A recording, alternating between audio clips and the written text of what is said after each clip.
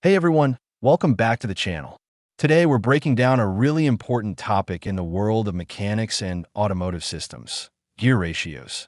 If you've ever wondered how gears actually multiply torque, change speed, or why some are called direct drive, overdrive, or underdrive, then stick around because by the end of this video, you'll understand exactly how gear ratios work and what they mean for vehicle performance. When one gear turns another, the speed relationship between those two gears is known as the gear ratio.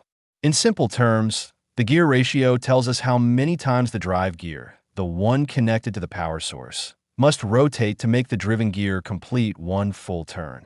The formula is straightforward. Gear ratio equals number of teeth on the driven gear divided by number of teeth on the drive gear. Gear ratios, which are expressed relative to the number 1, fall into three categories. Let's start with the simplest type, direct drive. If two gears are the same size and have the same number of teeth, they'll rotate at exactly the same speed. In this case, the drive gear turns once for every turn of the driven gear, giving us a 1-to-1 gear ratio.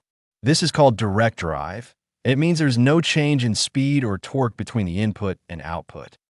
Now, let's talk about gear reduction, also known as underdrive.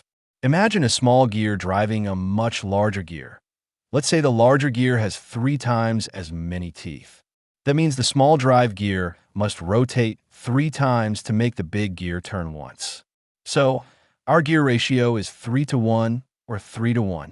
In this setup, the driven gear turns slower than the drive gear, but, and here's the key, torque increases.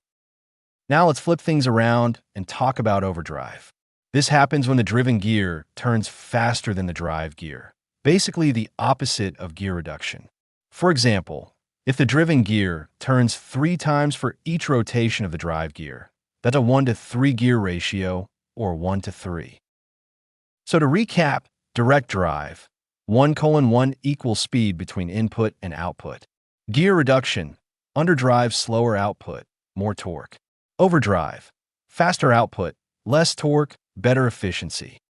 If this video helped you understand gear ratios better, hit that like button, drop a comment below, and don't forget to subscribe for more deep dives into how automotive systems work. Thanks for watching.